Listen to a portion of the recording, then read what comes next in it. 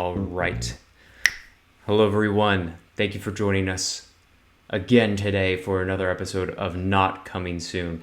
This is the podcast in which we bring you the movies that will not be coming to theaters to you tomorrow.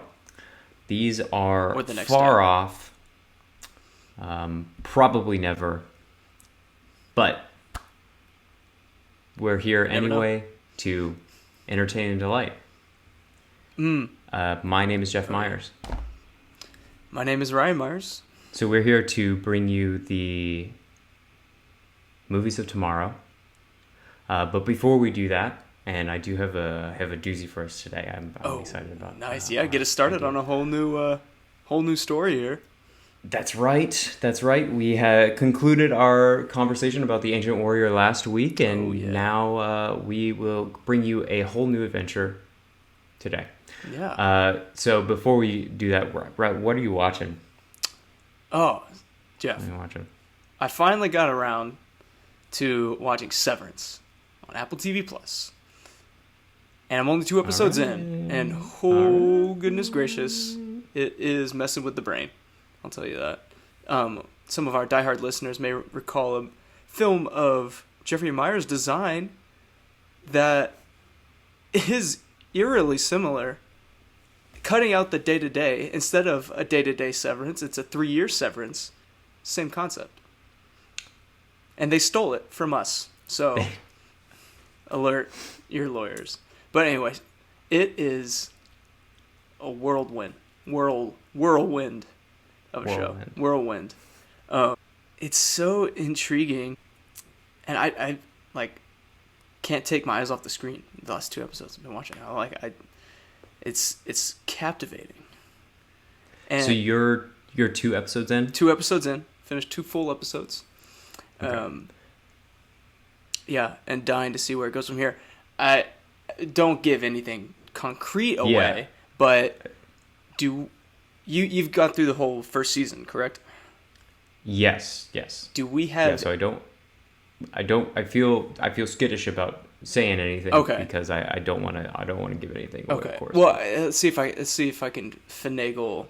Yeah. Something. Do you see season 2 on the horizon? Okay, I think I understand what you're asking, and yes. Okay. Yes. Cool. Well, take that for what you will. I know. Dying to know the implications. So yeah, guys, watch Severance on Apple TV Plus. Very cool. It's watching Adam Scott, who has done, a bunch of stuff. Like obviously he's a very good actor, but I just keep thinking of the first time he kind of blew up was Step Brothers, and he was Derek. And then every role since has been this reserved office type person, and compared to Derek, that's funny. Yes. Kids got range. And also on Apple TV Plus, another thing I'm watching is Prehistoric Planet. Oh, I didn't know that was an Apple TV Plus original. Yeah. Nice. Yeah, narrated by David Attenborough. Is that's David Attenborough? Yeah. It's I don't know what they used in the rendering or CGI or whatever. It's stunning. It's incredible. It's I'm assuming it's some real footage with dinosaur friends over it. But okay. I swear, sometimes I'm looking at it and I'm like, I can't tell if this is real, if what I'm looking at is real or CGI. It's really incredible.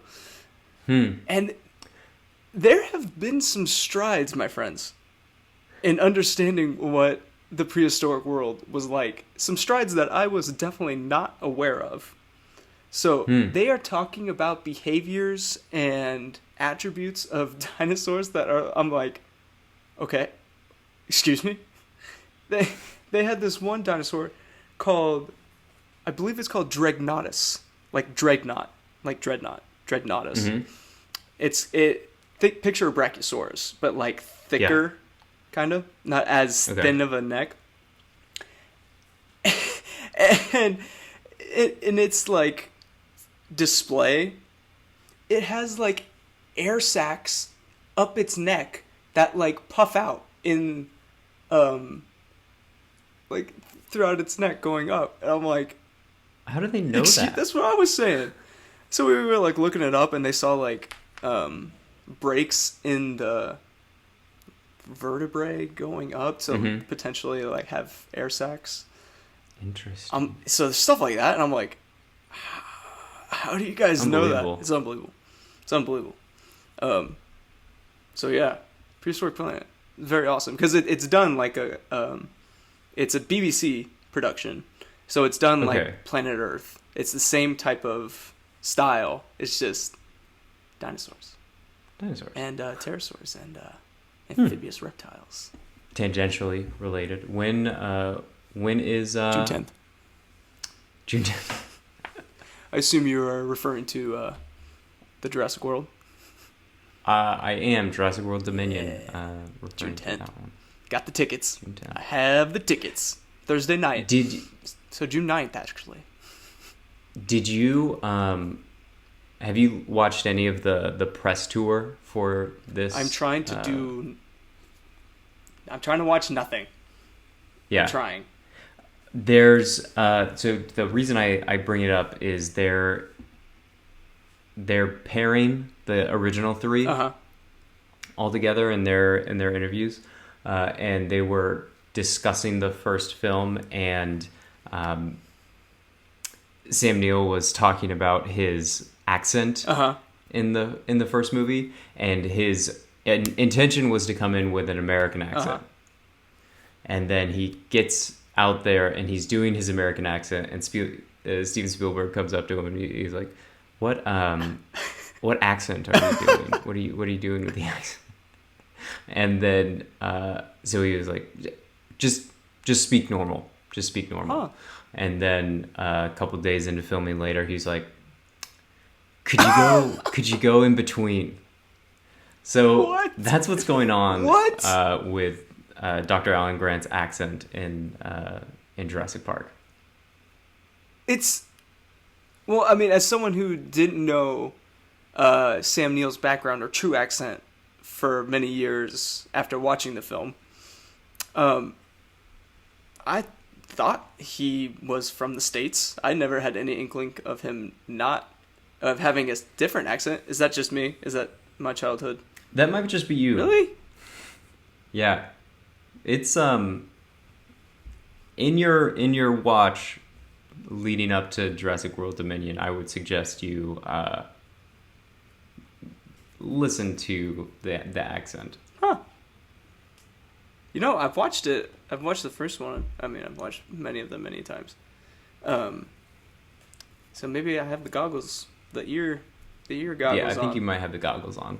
Huh. Okay. Well, that's an interesting story. Did not know. I'm curious to know what that. Did he do the full 100% American accent as an example? I don't think so. I don't think he did it in the I'm curious to know what that's like. Yeah. I'm curious what he'll come in Dominion with. Curious about a lot of things about Dominion.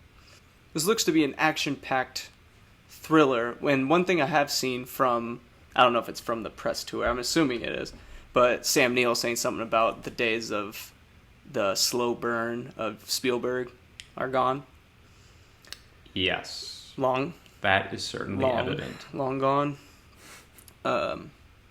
So I'm excited for all the action and various dinosaur interactions, but I will miss how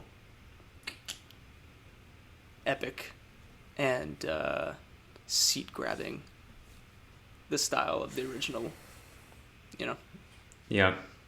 Yep. So we'll see. We'll see. Anyway, Jeff, what are you watching? So I have a couple things. Yes. So I am watching week to week, Under the Banner of Heaven. Yeah. which is I believe it's FX on Hulu. Oh, yeah. Show with Andrew Garfield. It is a true crime story about a Mormon a murder in a Mormon family. It's pretty interesting. It's pretty heavy, and it's pretty heady on the theology of it all. Oh, interesting. Hence the title. Yes. Yeah. So it's like, and there are 3 main time periods that it covers. It covers like Joseph Smith. Oh my gosh. It like flashes back to that. It flashes back to like the relationship that the person who was murdered has with the family, because they marry in to the family, and that's their relationship to this. And then present day during the investigation. Interesting. Is it like an even split? So it's hard, like, it's not an even. I would say that Joseph Smith period has the least so far in the flashback realm, and I would say it's kind of even between present and. I think that's And the mid. That sounds midpoint. like a good split. Yeah. That sounds interesting. It's really interesting. It's super heavy, and it's like you have to pay attention because of it. It jumps around much. There's a lot of like flashes of flashbacks. Nice. Yeah. Where's it set? I remember seeing the pictures. Salt Lake City. Yeah. Wow. Cool. Yep. What and present day in this show is what? Oh, it's like the 80s. Present day is the 80s? Okay. Yeah, present day is the 80s. Oh man. Yeah. Nice. It's I would recommend it so far. Yeah. Andrew Garfield. Intense. Oh, he's doing great things. I'm glad he blew up. I like Andrew. Yeah. Did you watch quick tangent here? Did you watch Tick Tick Boom? Yeah. Okay, I did. We've been meaning we need to watch it. Good? Yeah, I like it. It's how do I? It's not like it wasn't amazing. Yeah, I enjoyed the music. of it. It's really interestingly told because I didn't know what it was. Yeah. So Tick Tick, do you know what it is? I know it's a real guy as he tries to become a musical like a playwright. Yes. So Tick Tick Boom is a musical that Jonathan Larson wrote, who is the who also wrote Rent. Oh. But it. Yeah. Yeah. So it tells his kind of. It tells the story of his life, and it's like basically a therapy session of him kind of describing his life in New York and being a struggling artist. Gotcha. Yeah. Okay. Cool. Yeah, we've been meaning to do that. Sorry to derail. No. Under the Banner of Heaven. No, not at all. But on a related note, both in terms of tone and mood and genre, also watched Chip and Dale Rescue Rangers. Right. Weekend. That mysterious thriller genre. Dude, how did they let them make this movie? I don't know.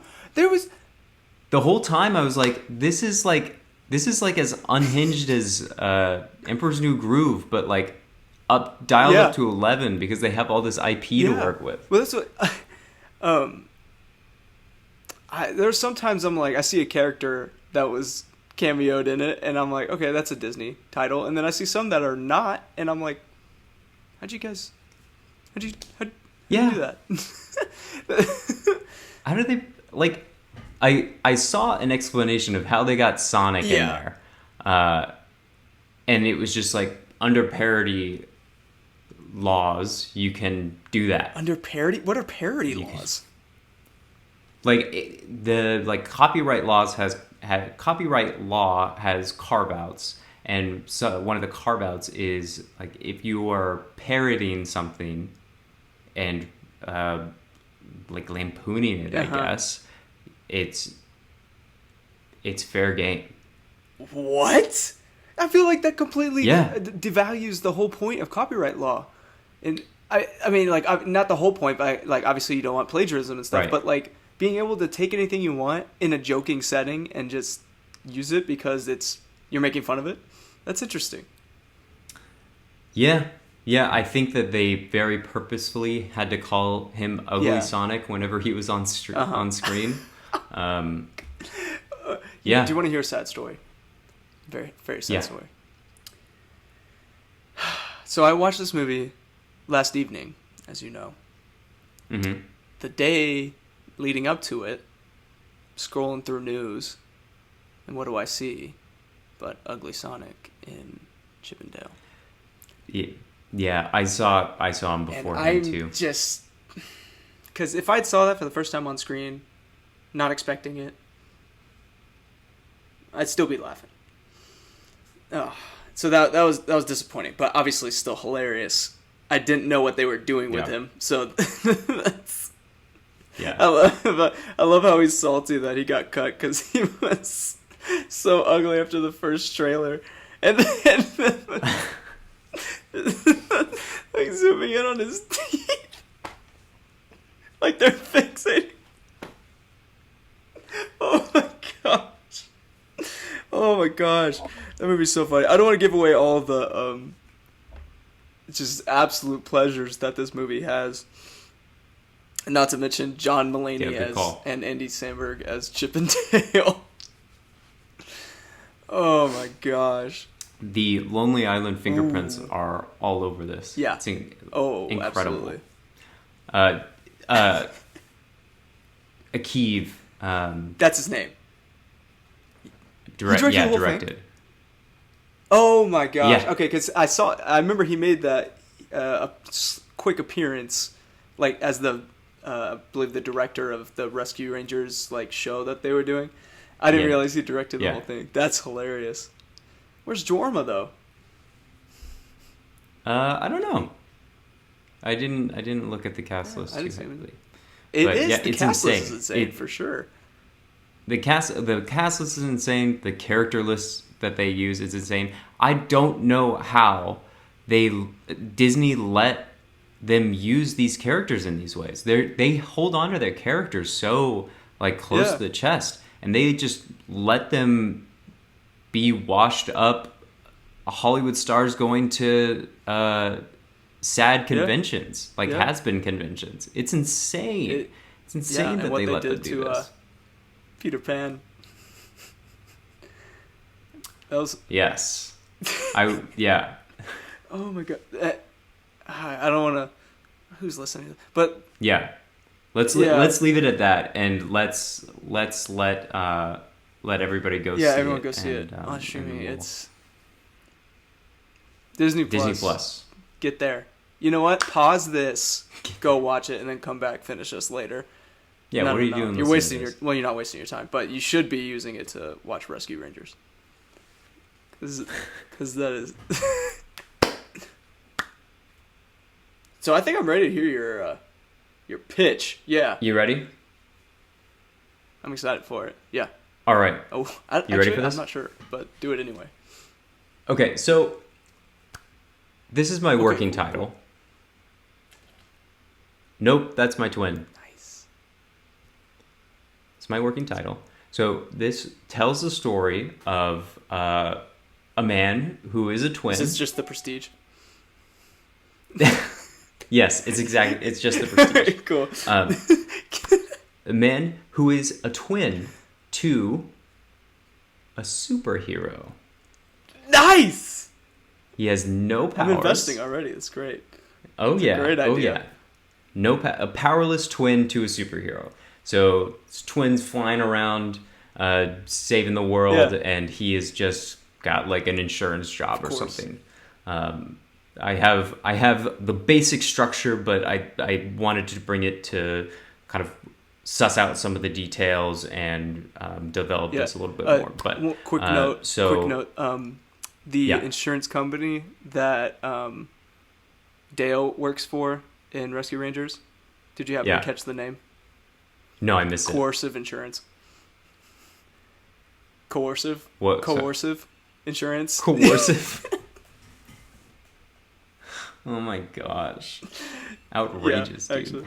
That there's so many little things Yeah. in that movie that were ridiculous. You have to pay super close attention because there are so many Because I threw it Easter eggs in on there. while we were like doing the dishes after dinner, and I'm like, okay, I gotta pause this. I don't want to miss it. There's so much going on here. Okay, sorry. Continue. Okay. Nope, so, that's my twin. Starts off the movie. He's bitter. Yep. He's I think what I want to do, here's my vision for the opening and ending shot.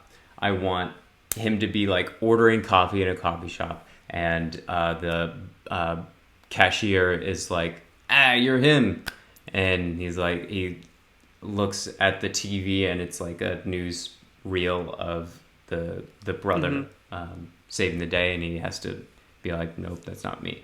And then at the end, I want him ordering coffee again, and the guy's like, "Oh, you're him," and he starts to be like, "No, it's not. That's my." And then he looks at the screen, and it's actually him. He's turned the tables, and he's saved his brother from sure destruction. Yeah. So that's that's the start and end states that I'm looking for. Yeah. And as he realizes, he gets a little smile. Yeah. Okay. So in the beginning, he's going through life. They're going to like family dinners, and the brother is sitting at the table with his super suit on, like ridiculousness. Yes. And it's clear that there are issues with between the brothers. You maybe do a flashback or two of them growing up, and the superhero brother being good at everything and blah blah blah blah. And then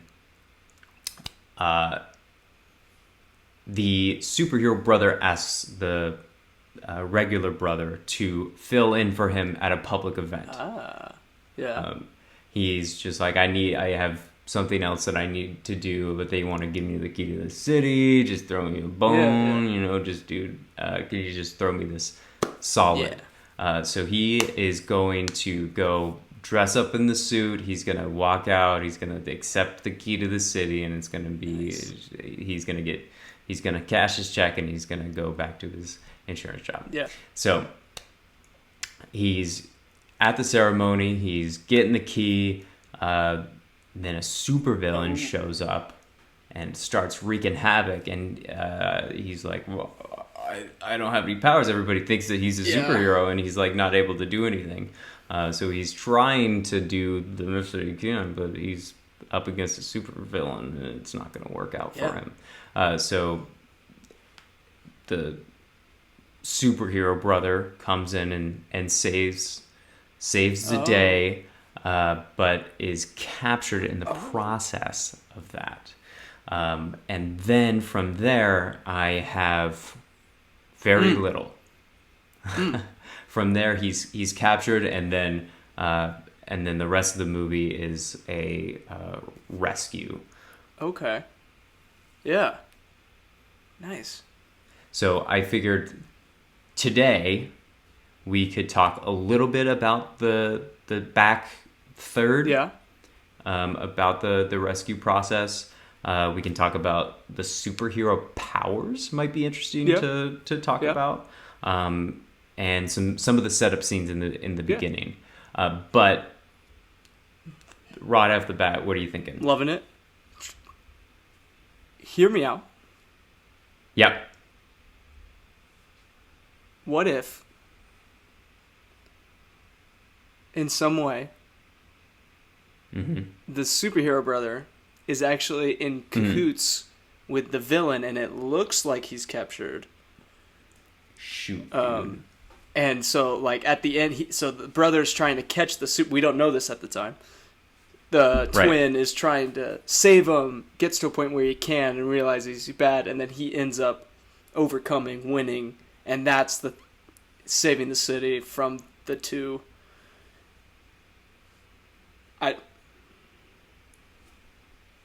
I like it. I'm going back and forth because I want there to be some pathos between the brothers. Yeah. But if we can find somewhere else for that to come in, I think that's I like that idea as well. Cool. Yeah, I think we'll see how that plays out, but I think you're right. If we want that reconciliation or that understanding to come about, probably not gonna happen if he's actually bad.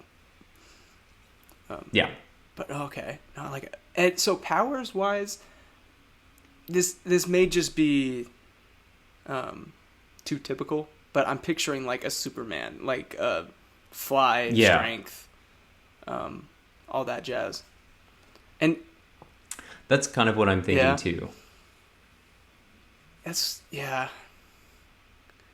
did you happen to consider if at some point in this the twin finds out that he does have some sort of power, or is it important that he remains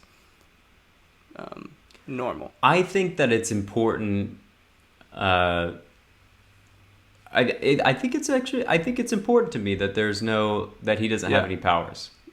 I think that it's you don't, we want to teach the kids a lesson, that you don't have to be special. Well, you are special. Yeah. But you don't. Yeah, you don't have to be super to be special. Yeah. There it is. Nice. Tagline. Yeah. Because when everyone's super. That one will be. That line is so hard. From The Incredibles. Think about that line. That line is incredible. Incredibles. Anyway. Yeah, I think it works as him as a Superman. Have you seen Megamind? A long time ago. Is this like no, just it's Megamind? Not. It's not. The vibe of it, I think, can be similar because if you recall Megamind, it's not the same plot. It's just there's a superhero. Megamind, the villain, is trying to take over, trying to beat the unbeatable superhero. Superhero dies or whatever, and but then they see like later that the superhero is just like hiding out and doesn't want to do anything, and then the villain actually has to save the city from like a worse villain. But obviously comedic, and the villain and the superhero kind of have like a big brother little brother tenuous relationship. They're not related, but that's the kind of vibe there is, because the villain always wants to be appreciated or respected like the superhero, but he never is. So like I'm picturing that type of relationship, but one of them is like even unsupery than Megamind.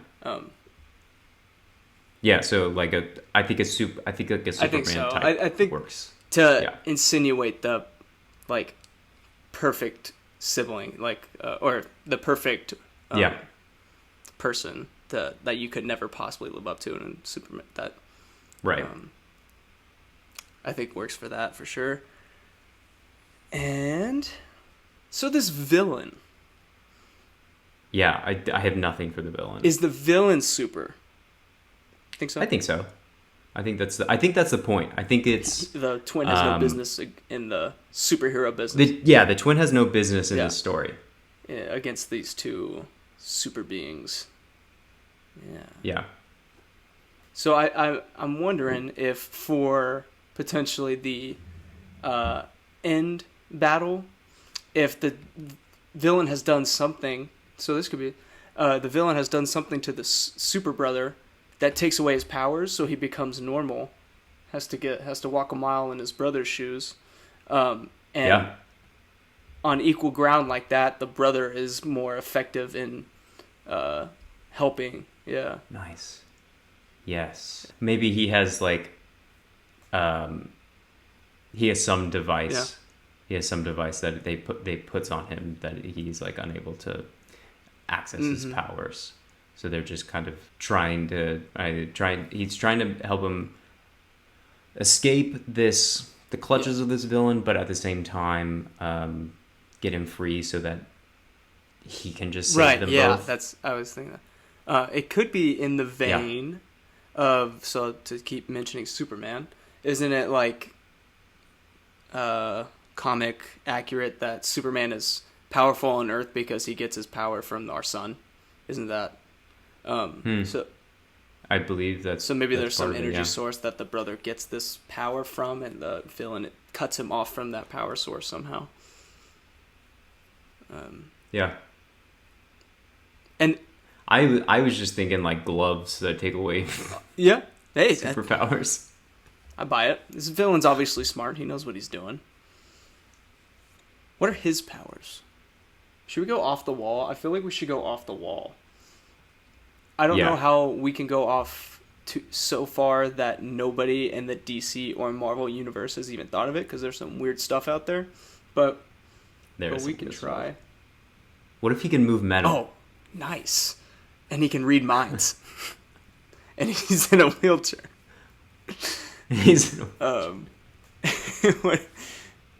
Have they thought of you know how your knuckles kind of protrude a little bit from your hands? Do you think they've thought of like what if they came out even further? Like what if they did that and somehow your skeleton was metal, so those were like metal and like unbreakable metal? There it is. It's good. That's a good one. So the villain is Wolverine. What if it's just like a dark Superman, like it's just the inverse. The inverse. So he can't. He can't fly. He's very weak. He can only swim. He's got to be below. He has water vision. Oh, that's going. So he just shoots water really quickly out of his eyes. He shoots water out of his eyes. I like it. Yeah. This is kind of wacky. What if he has some sort of like gills, and he can only breathe underwater, but he's like some aquatic mammals where they like can hold their breath for a very long time and then just come up to get air, but he has to go and shove his head in a thing of water to breathe.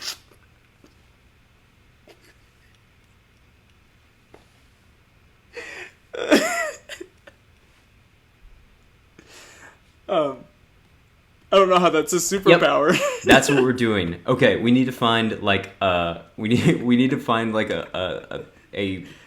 fish-like superpower. What if he has like stingers? Okay. He's like a yeah, like a devil ray. Yeah. I like that. What does he have limbs and then stingers? Like normal amount, like 4 limbs and stinger? Or is one of his limbs a stinger? I'm thinking of it kind of like in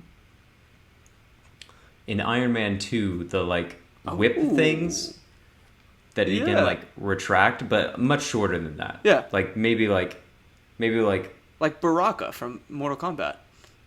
3 feet, but they're not as sharp. Like they're not firm. They're not. What am I? They're not. Firm. Hard. They're not. They're not solid. Well, they're solid, but they're loose. Yes, they're solid, but they're not.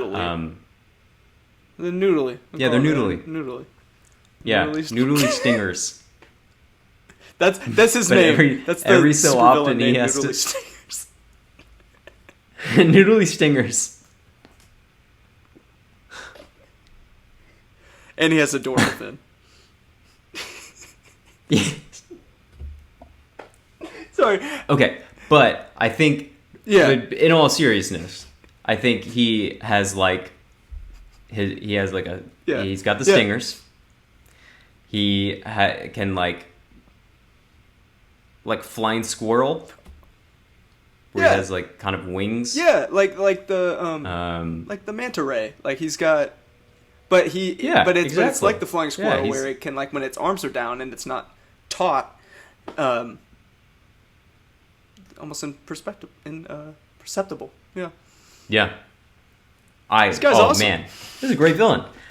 And I don't know how closely this aligns. I know that there is a character in the DC universe called Black Manta, but dude's totally Black Manta. But I don't know his power set. Is his cool suit that he gets powered by aliens or by Atlanteans. So that's totally different. He's an Aquaman. Yeah. Yeah, it's totally different. That's just Joe Schmo that gets Atlantean technology like anybody could beat. No, our guy is special. Speaking of Aquaman, I'm so over this trial and this Amber Heard Johnny Depp mess. I see it everywhere. I don't know what I did to opt in to see about this every single day. Too many in the initial stages, and that's for me. That's why. Yeah. I don't get. I get how you can be on one side or the other. I don't get how you can, like, people there's tons of fan pages and dedicated to following this thing 100%. It's ridiculous. Yeah, I don't know. The obsession on celebrities in general, like, I get to a point, but then some people go way past that point. Yeah. This is so extreme and like being so convinced that Johnny Depp is innocent, or Amber Heard is a liar, or Amber Heard was just defending herself, or whatever. Like, why do you care? One, why do you care so much? And two, like, how do you know? How are you so convinced of these things? Like, to me, it seems like it's just two very broken people that are struggling in a very public way. That was what I was questioning when Johnny was on the stand and all the crazy support. And I don't want to. I'm not going to condemn anybody because, again, I don't know. And people were saying these things, and I'm like, how do you know? I don't. Honestly, I don't think either one is innocent in all of it. But but people are like, they were crucifying immediately. And I'm not saying Amber Heard is a great person or anything. I'm just like, you don't really know. She hasn't even talked yet. I don't think her talking helped her at all. But I didn't. Yeah, but they had already made up their mind. Exactly. That's what I was like. I'm like, this isn't. If she came out and gave like an incredibly compelling testimony, they would have picked it apart anyway. Yeah. No, I was thinking the same thing. I'm like, you guys, people are like already putting down the verdict. I was like, yeah. So anyway, let's not give any more oxygen to it. But I think that puts us in a pretty good place for part one of. What are you thinking about Nope, That's My Twin as a title? I think that we can do better. Depends. Actually, I never asked you what is the overall vibe you're going for here? Yeah. Like, how serious do you want it? I don't want it that serious. I mean, we're going to have a person, like, I'm very serious about having him need to dunk his head in water. I'm a fan of that. I think that can give us our vibe. Okay. Yeah. There. No, I feel that. I like it. like not slapstick, but just like calling out the ridiculousness of superheroes. Yeah, no, I'm like I mentioned Megamind, but I'm picturing like a Megamind meets like the other guys. Ooh. Yeah, like an Adam McKay type. So that kind of that's what I was picturing. So I think Nope, That's My Twin works.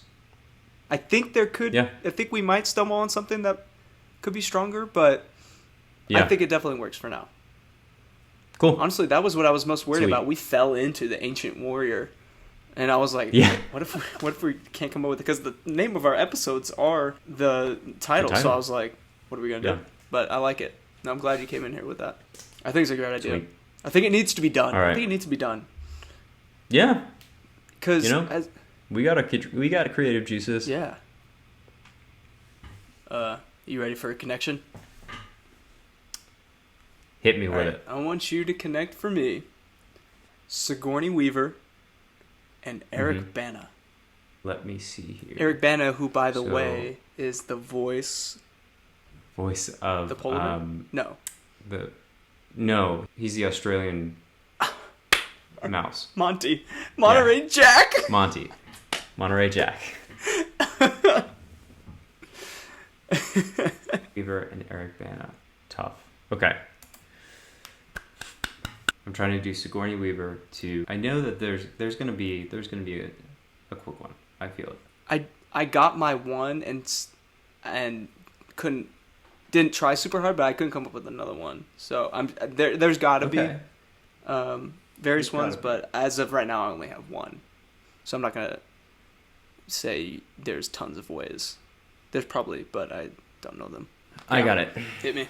Eric Bana is in Troy with Brad Pitt, who is in Once Upon a Time in Hollywood with Leonardo DiCaprio, who is in Titanic with Bill Paxton, who is in Aliens with Sigourney Weaver. Nice. That's a good one. That was, yeah. So how'd I you do did it? Sigourney Weaver is in Avatar with Zoe Saldana, who is in Pirates of the Caribbean with Orlando Bloom, who is in Troy with Eric Bana. Eric Bana. Might be it for us today. I think that's it. Yeah, we've had a great time. We hope you've had a great time. We appreciate you tuning in. And we hope to see you next time on Not Coming Soon, where we have the second installment of Nope, That's My Twin. Love it. Right? Yeah. You got it. All right. So, this time and always, I have been Ryan. I have been Jeff. And have a good night, New York.